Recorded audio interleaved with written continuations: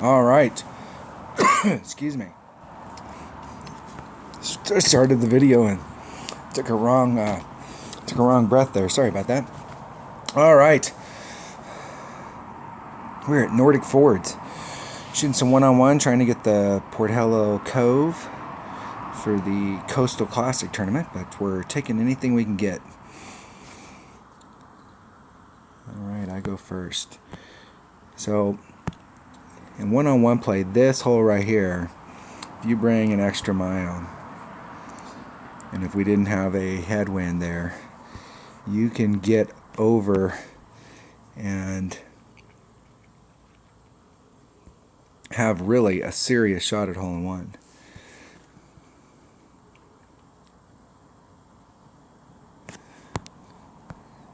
Five. It's about 5.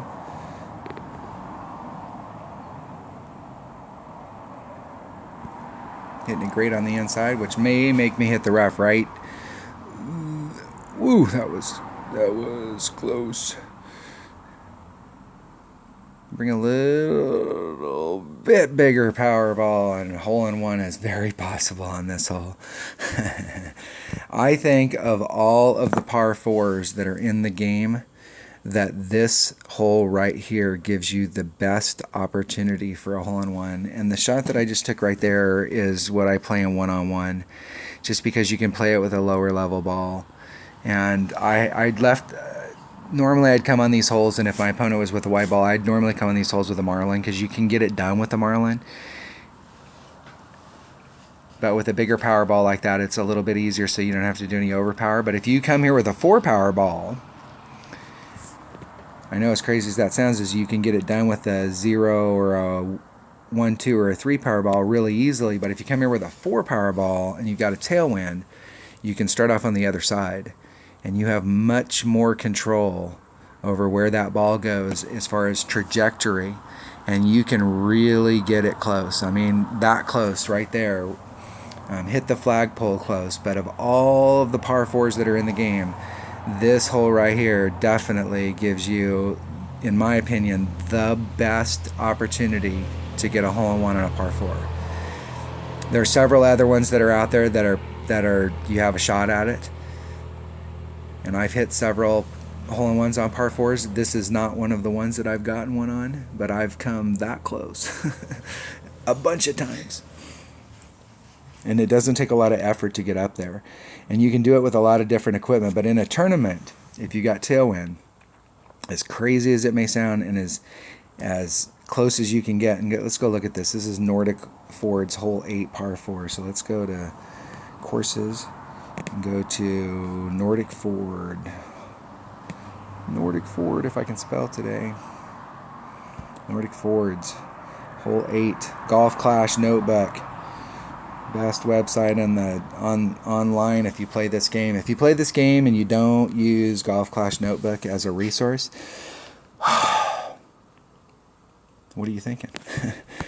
And I don't work for Golf Clash Notebook. I don't get any money from them. I don't know who developed it. This site is the bomb. When the game first came out, we didn't have this. And when this came out, so for anybody that starts playing now, this is awesome. So what I did here was came at it with a 3 power ball from this direction using side spin and curl to bring it back towards the hole. But if you come here with a 4 power ball, you can start off on this side. And so your first bounce is right here. Your second bounce is on the other side of the sand. So you don't have to do this tricky maneuver to try and get it over the sand. And then you can make a run right at it. This shot right here is definitely,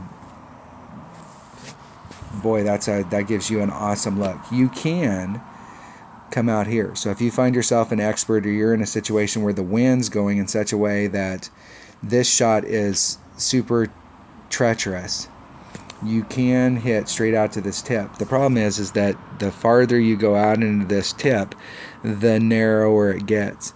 So you have zero control over your ball at the end of the run. It's at that point, whatever you did at the beginning it's on its way. So you don't have to get all the way down into here to get a pretty good. If you look at the way that the green's set up here and where the pin's at, if you were coming at it from, let's say you got all the way up to the tip here and you were coming out at this angle, you have you don't have a whole lot of green to work with. Whereas if you come at it from, like in this angle down here, you have more green.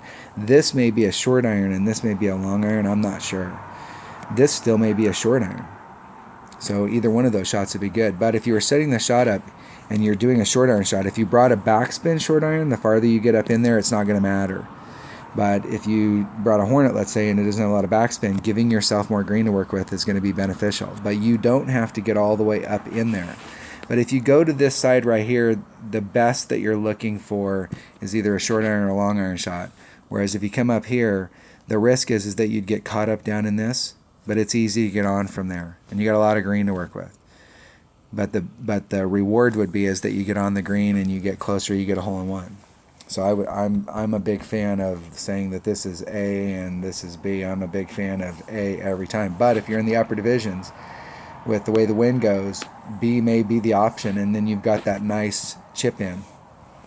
All right, that was hole number 8 of Nordic Fords. Thanks for watching.